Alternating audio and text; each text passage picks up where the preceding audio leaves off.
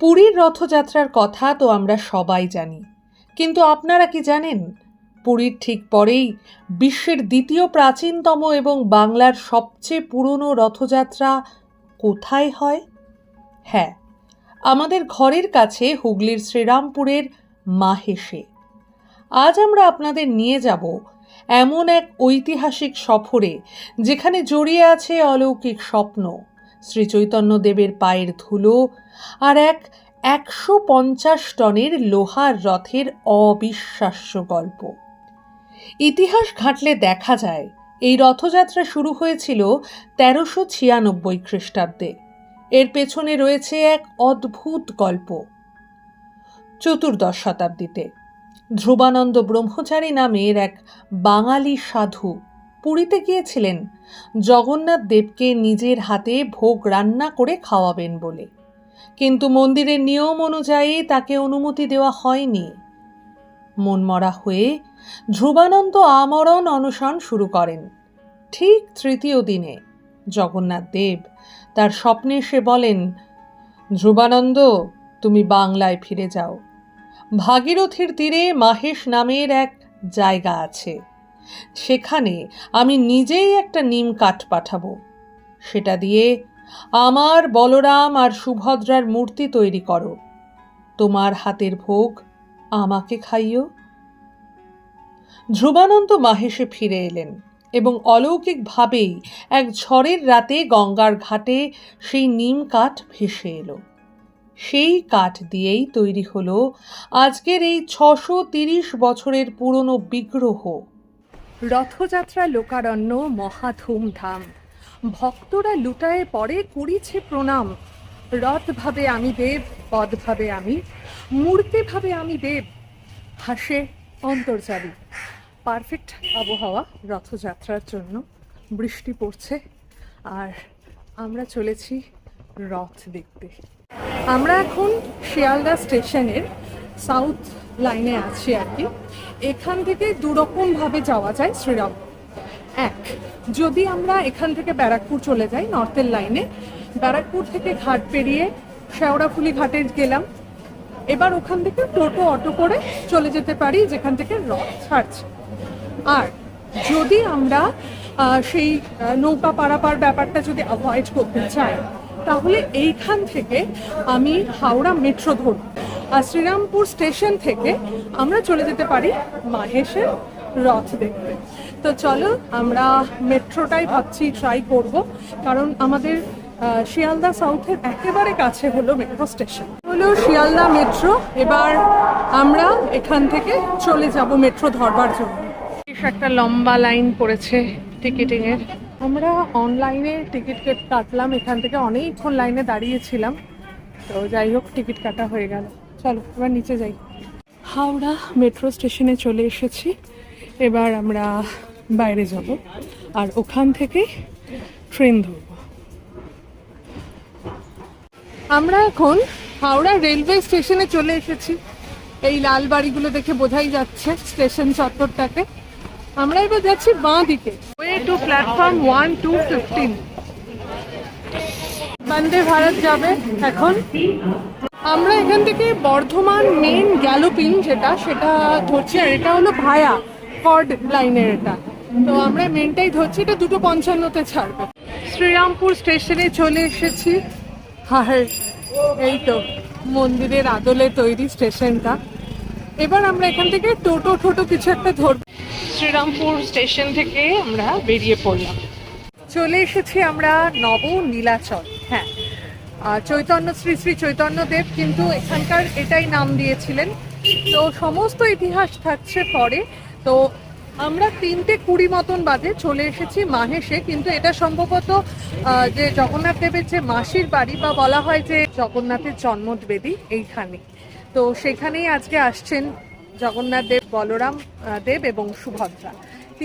তিন ভাই বোনে আসবেন শ্রীক্ষেত্র ছেড়ে, আর মা লক্ষ্মীকে ছেড়ে আসছেন আজকে। তো সেই রথযাত্রাই আজকে দেখবো আমরা। আর প্রথমবারের জন্য পশ্চিমবঙ্গের সবচেয়ে পুরনো রথ, আর সমগ্র ভারতবর্ষের মধ্যে দ্বিতীয় পুরাতন রথ, 630 বছরের পুরনো এই রথযাত্রা অনুষ্ঠানটা আমরা দেখব। Hello everyone, welcome to Bong passionate traveller. সবাইকে জানাই রথযাত্রার শুভেচ্ছা। এটা হলো বল্লভপুরের রথ, সাজানো হচ্ছে আর আমরা যাচ্ছি সোজা। এখানটা হলো জিটি রোড। রথ এই দিকেই আসবে, আর একটু এগিয়ে গিয়ে সম্ভবত, আর ওখানেই মেলা ঠেলা সব বসবে। অমিতকে আবার জলও দিল, কই আমাদের দিল না তো। আর তার সঙ্গে একটা আর তার সঙ্গে একটা প্যাম্পলেট দিয়েছে। হ্যাঁ, এই বড় জায়গা, একদম বৃষ্টি ভেজা আর রোদও নেই, দুর্দান্ত ওয়েদার। প্রসাদ, জল মিষ্টি দিয়ে অভ্যর্থনা জানাচ্ছে। চলে এসেছি আমরা গুন্ডিচা মন্দিরে।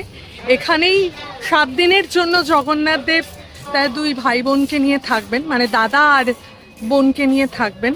আমাদের আজকের ব্লগটা না শেষ থেকে শুরু হচ্ছে, মানে যেখানে যাত্রা এসে শেষ হবে সেখানে আমরা প্রথমে চলে এসেছি। এখানেই থাকবেন জগন্নাথ দেব। তো তোমাদেরকে একটু দেখিয়ে দিই জায়গাটা। এই হলো গুন্ডিচা মন্দিরের চত্বর, আর এখানেই আছে হলো জন্মবেদী। এখানে একটু ছোট্টখাট্টো মেলা বসেছে। এই মন্দিরেই থাকবেন উনি। তো তোমাদেরকে প্রথমেই দেখিয়ে দিই, বলে নাকি জন্মবেদীতে যখন মানে আসীন হবেন তারা, সেটাই নাকি সবচেয়ে সৌভাগ্যের বিষয়। তো এইখানে ওনারা 3 জন থাকবেন। 4টে বাজতে 10 মিনিট বাকি। হলো সেই তোরণ দরজা, যেখান দিয়ে হলো ওনারা 3 জন ঢুকবেন। তবে রথ ঢুকবে না, কিন্তু এখান দিয়ে শুধুমাত্র জগন্নাথ দেব, বলরাম দেব এবং সুভদ্রা 3 জন ঢুকবেন। চলো আমরা এবার যেখান থেকে রথ শুরু হচ্ছে সেই দিকে এগিয়ে যাই। ভালো ভালো রেস্তোরাঁগুলো এখানেও আছে, যে সাংহাই আছে, আমিনিয়া দেখলাম। আর এখন বলছেন রথে চড়ছেন জগন্নাথ দেব। এখান থেকে খিচুড়ি দেওয়া হচ্ছে, এই যে লাইন সবাই দাঁড়িয়ে রয়েছে। শ্রীরামপুরের সবচেয়ে বড় মল হলো ত্রিবেণী মল। আমরা চলে এসেছি তার সামনেই, আর এখানে দেখছি প্রচুর পুলিশের গাড়ি। মাহেশের গুরুত্ব বৈষ্ণব ধর্মে কতটা তা বোঝা যায় মহাপ্রভু শ্রী চৈতন্য দেবের একটি ঘটনায়। সন্ন্যাস নেওয়ার পর পুরী যাওয়ার পথে তিনি মাহেশে এসে এই বিগ্রহ দেখে ভাবাবেগে মূর্ছিত হয়ে যান। তিনি এই জায়গার নাম দেন নবনীলাচল। পরবর্তীতে শ্রী চৈতন্যদেবের নির্দেশেই তার শিষ্য কমলাকর পিপলাই এই মন্দিরের দায়িত্ব নেন এবং আনুষ্ঠানিকভাবে রথযাত্রার সূচনা করেন। মাহেশের বর্তমান রথটি কিন্তু কাঠ দিয়ে তৈরি নয়। আগে কাঠের রথ থাকলেও তা বারবার আগুনে পুড়ে নষ্ট হয়ে যেত। তাই 1885 সালে কলকাতার বিখ্যাত বসু পরিবারের পৃষ্ঠপোষকতায় তখনকার বিখ্যাত মার্টিন বার্ন কোম্পানি এই বিশাল লোহার রথটি তৈরি করেন। এই রথ সম্পর্কে কিছু অবিশ্বাস্য তথ্য আপনাদের জানাই। এটির উচ্চতা 50 ফুট, ওজন প্রায় 125 টন। এতে রয়েছে 12টি বিশাল লোহার চাকা। রথটির গঠন নবরত্ন মন্দিরের মতো, অর্থাৎ 9টি চূড়া রয়েছে। আর এর সামনে বসানো আছে ইংল্যান্ড থেকে আনা 2টো বিশাল তামার ঘোড়া। মাহেশের রথটানের সঙ্গে জড়িয়ে আছে এক অদ্ভুত লোকবিশ্বাস। স্থানীয়রা বলেন, পুরীতে যখন রথটান শুরু হয় ঠিক তখনই মাহেশ মন্দিরের চূড়ায় নাকি একটি নীলকণ্ঠ পাখি এসে বসে, আর সেই সংকেত পেয়েই এখানে রথের দড়িতে টান পড়ে। 1.5 কিলোমিটার পথ পাড়ি দিয়ে জগন্নাথ দেব যখন তার মাসির বাড়ি পৌঁছন, তখন লক্ষাধিক ভক্তের জয় জগন্নাথ ধ্বনিতে পুরো শ্রীরামপুর কেঁপে ওঠে। রথ চলেছে আর আমরা এই মেলা প্রাঙ্গণের ভেতরে ঢুকে পড়েছি। আর আমার শাড়ির অবস্থা এই পুরো কাদা কাদা হয়ে গেছে। তাও এই জায়গাটা ভালো, সুন্দর। আর এই হলো রথের মেলা, একটু স্বস্তি যেন, বেশ সুন্দর মেলা সজে উঠেছে। এই হলো মন্দির, আয়ুশ্রী বলছে একটু শরীরটা খারাপ করছে, তো এখান থেকে একটু আইসক্রিম খাবো আমরা। এই যে মা, তুই কি খাবি? অরেঞ্জ আছে। প্রাঙ্গণের ভেতর দিয়ে আমরা মন্দিরের দিকে যাচ্ছি। মন্দিরের সামনেই সব পশরা নিয়ে বসেছে। এই হলো মন্দির। হ্যাঁ, এই হলো মন্দির, সামনে হলো রাসমঞ্চ, আর তারপরেই হলো আসল মন্দির। এখানে সবাই বসে আছে, বিশ্রাম করছে। আর আজ তো খালি শ্রীক্ষেত্র, আমরা যদি একে শ্রীক্ষেত্রই ধরি, শ্রীক্ষেত্র আজকে খালি পুরো, কারণ জগন্নাথ দেব না উনি মাসির বাড়ি গেছেন। বলা হয় যখন পুরীর রথযাত্রা হয় তখন নাকি একটা নীলকণ্ঠ পাখি এখানে এসে বসে, তারপরে এখান থেকে শুরু হয় রথযাত্রা। যাই হোক, আজকে অনেকটা দেরিতেই হলো রথযাত্রা। আচ্ছা, এই খিচুড়ি দিয়েছে, একটু ঠান্ডা হয়ে নিচ্ছি। প্রথমবার এলাম মাহেশের রথযাত্রা দেখবার জন্য। একবার এসেছিলাম, সেবার হলো উল্টো রথের পরের দিন এসেছিলাম। তো আজকে এসে একটা অন্য দেখা হলো। আমি কোনোদিন রথ টানা দেখিনি, আজকে আমি রথ টানা দেখলাম আর কি। মানে দেখেছি কিরকম রথ এক জায়গায় দাঁড়িয়ে রয়েছে। এমনকি পুরীতে একবার যখন গেছিলাম তখন মানে চলন্ত রথে আমি দেখিনি জগন্নাথ দেবকে, প্রভুকে দেখেছি, মানে স্থির হয়ে দাঁড়িয়েছিল। তো এইবার প্রথমবার দেখলাম, খুবই ভালো লাগলো। আর আমাদের ভিডিওটা যদি ভালো লেগে থাকে আর ইনফরমেশনগুলো তোমাদের যদি মনে হয় যে তোমাদের খুব জরুরি, তাহলে প্লিজ লাইক, কমেন্ট আর শেয়ার করে দিও। আর আমাদের চ্যানেল বং প্যাশনেট ট্রাভেলারে নতুন হলে একটু সাবস্ক্রাইব করে দিও। ভালো থেকো, সুস্থ থেকো, শুধু প্যাশনে নয়, প্যাশনে থেকো। ওকে, বাই। এইদিকে মন্দির, আর আমরা এখন বেরিয়ে যাচ্ছি।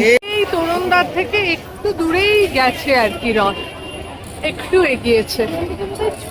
আমরা ভেবেছিলাম এখান থেকেই নদী পার হয়ে চলে যাব ব্যারাকপুর, কিন্তু আমরা বুঝতে না পারায় আমাদের যে টোটো দাদা ছিলেন উনি আমাদের নিয়ে এসেছেন টিটাগড়ে যাওয়ার ঘাটে। তো আর কি, সেই টিটাগড়ে যাওয়ার ঘাট থেকেই আমরা লঞ্চ ধরছি এবং লঞ্চ ধরে যাচ্ছি টিটাগড়।